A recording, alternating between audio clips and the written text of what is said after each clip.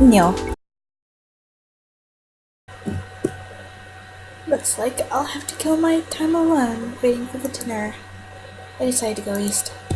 At least in the direction where the east would have been in my world. Soon after, I found myself near a football pitch. Huh. A game was in full swing there. I guess watching for a bit wouldn't do any harm. In my childhood and the teen years, I was not a bad player myself, and even thought of going professional, but a few injuries in a row killed my desire to risk my health for the sake of uncertain chance in the game. Kids of different ages were rushing in the pitch. I could see a boy about 10 and a girl of about 14 years old. A girl. Hey, that's only enough. Alright, she plays football, what's so surprising? She seems a restless one, after all. I was standing quite far from the pitch, but she still noticed me. Hey, you! Elena shouted. Wanna play? I did not know what to answer. On the one hand, it's no big deal running for 10 minutes. On the other hand, any wrong move in my situation could be a final one. But in any case, my attire wasn't suitable for this weather. If I played in winter boots and warm jeans, I would sweat like a pig. And playing barefoot without jeans would be simply inevitable. Maybe another time, alright? I shouted in response, turned around and walked back.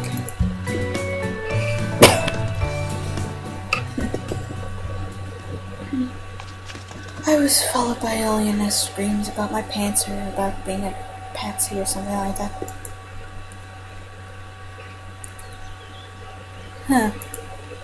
The evening was falling, making me feel tired and empty after a day wasted for no real purpose.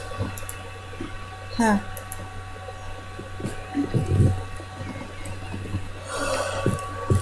came back to the square, sat down on the bench, and threw an exhausted sigh. I'll better sit here and wait for dinner. After all, it's easier to search for answers when you're not hungry. We do give food to people here, right? Yeah, it's curious how the simplest human needs can break the will to ponder on things to strive for something. E.g., I feel hungry now, and I care much less about where I am or what is happening to me. Could great people also be affected by this? And in such case, how did Spartacus start the slave uprising in ancient times? Do you think a lot from somebody in a visual novel? I can only conclude that I am not a great person, that it does not really matter which mechanism do I serve as a gear, society, matrix, or a weird pioneer thing.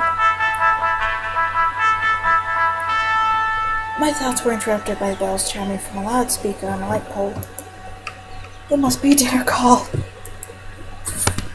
I headed towards the canteen. It was a good thing that I knew where I was. Olga was there, standing on the porch. I stopped and looked closely at her, as if I were expecting something. She looked back at me for a while, but at last came closer. Simon, what are you waiting for? Come in already. Guess nothing bad can happen if I come with her. My stomach backed me up here.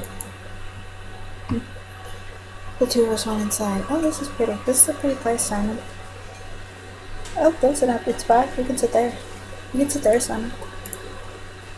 The canteen looked like a canteen. Oh, shit. Oh, look, there are two spaces. One for me and one for you. You can sit next to the girl if you want, and I can sit next to the guy. Or you could sit next to the guy, and I could sit next to the girl. Whichever your shyness is up for.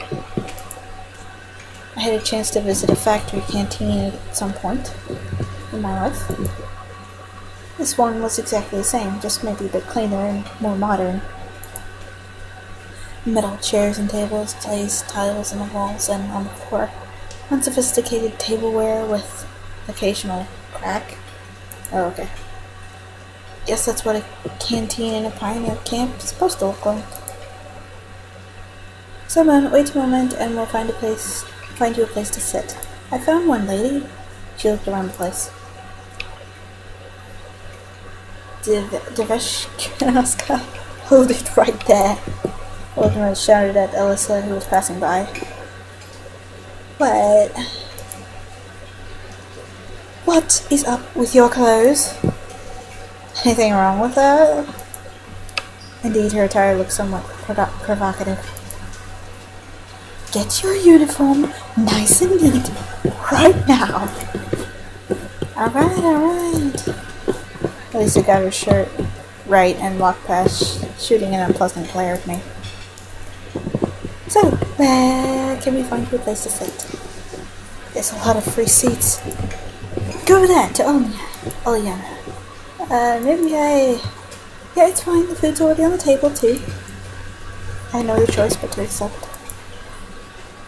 Of course, there was the probability of the cutlets were poisoned with curare, the mashed potatoes, generously seasoned with arsenic, and the glass filled with excellent antifreeze instead of compote. In common Russian language, cutlet is minced meat fried or baked in a shape of bowl or cylinder close to American patties. Kumquat is a drink made by boiling fresh or dried fruit in a large amount of water. Compote in French. Interesting. But it all looked so tasty that I had no chance to resist. Hey! What do you want? I replied rather rudely to Elmia, who was sitting next to me. Why didn't you play football with us? Because of my clothes, said I, pointing at the source of the problem. Alright then, eat! However, there wasn't much left to eat. The cut was missing from the plate. You're probably wondering why I did a weird cutty thing, and the music is suddenly less music-y, and the audio sounds are all different. And my voice is different, and everything is different. The surroundings are very much different.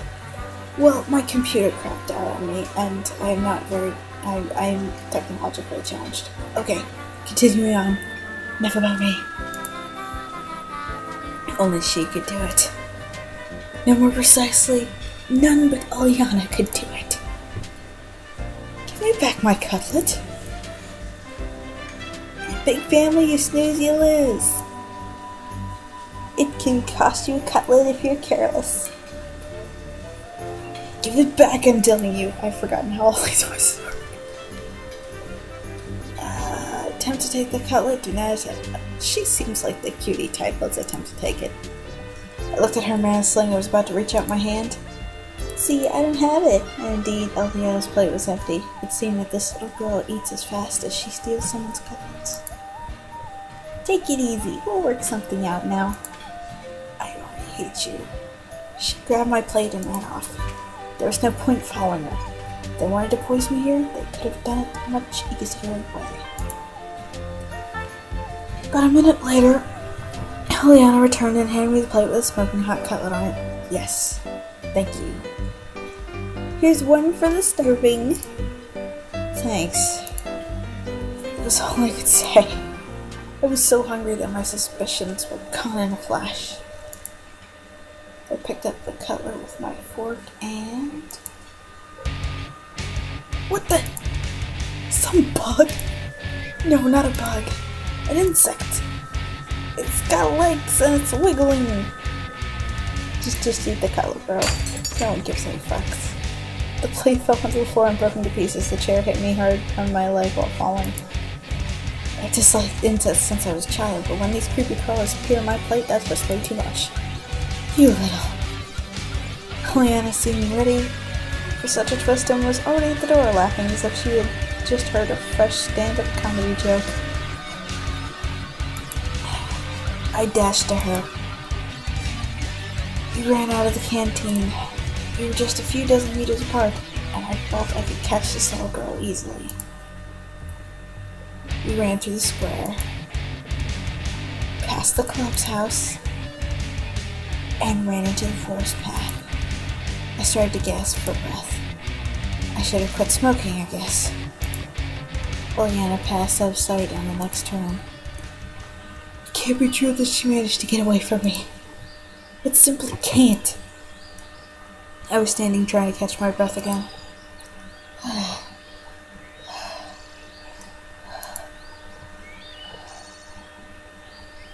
The evening was falling. Looks like I'm lost. It's a bad idea to stay in the woods at night. Better get back to the camp. However, I had no clue which way to go whatsoever. Oh, gotta choose at random.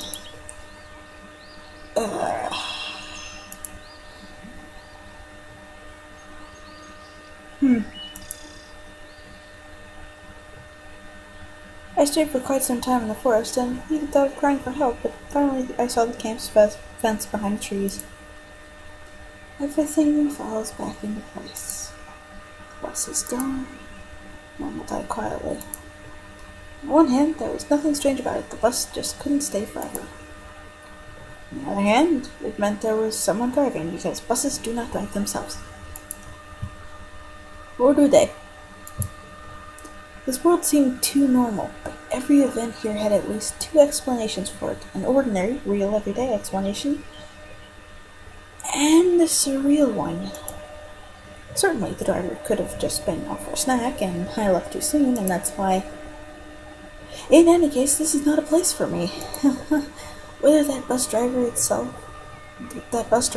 or not was probably an important question, but it was much more important how I got here at all. And where this here was. The fields and the woods stretching towards the horizon had no answers. There was nothing familiar about them.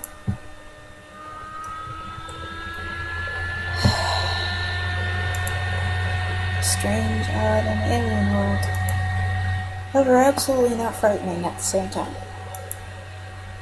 Either my self-preservation instinct decided to resign from its job, or all this running around the camp and local pioneers had lulled me so much that with their carefree normality that I was sometimes simply forgetting what had happened to me just a couple of hours ago. Yeah, I'm gonna save real quick, hold on. Yep, I still haven't saved. Save game. There we go. Yes, I want to overwrite my save. Okay, back. There we go, okay. Although I probably just had no strength left to worry. All I wanted was some peace, calmness. I wanted to just have a break from it all, and only after that I could continue looking for answers, ready and reloaded. However, that would be some time later. What about now? Can I let myself relax?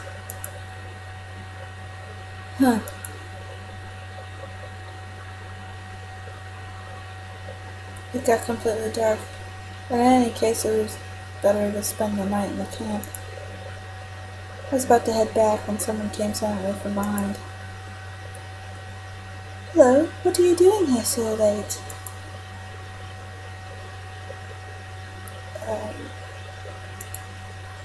It was Slavia standing before me. I was so surprised that I got a seizure. So you haven't caught Aliana, have you? Oh wait, this is her. So you haven't caught Aliana, have you? She smiled. I nodded disappointedly inside. I wonder. No one ever has. The correct grammar here is has. Okay. Yeah, she's a real rocket girl. She could have found a better use of her energy than looking for adventures.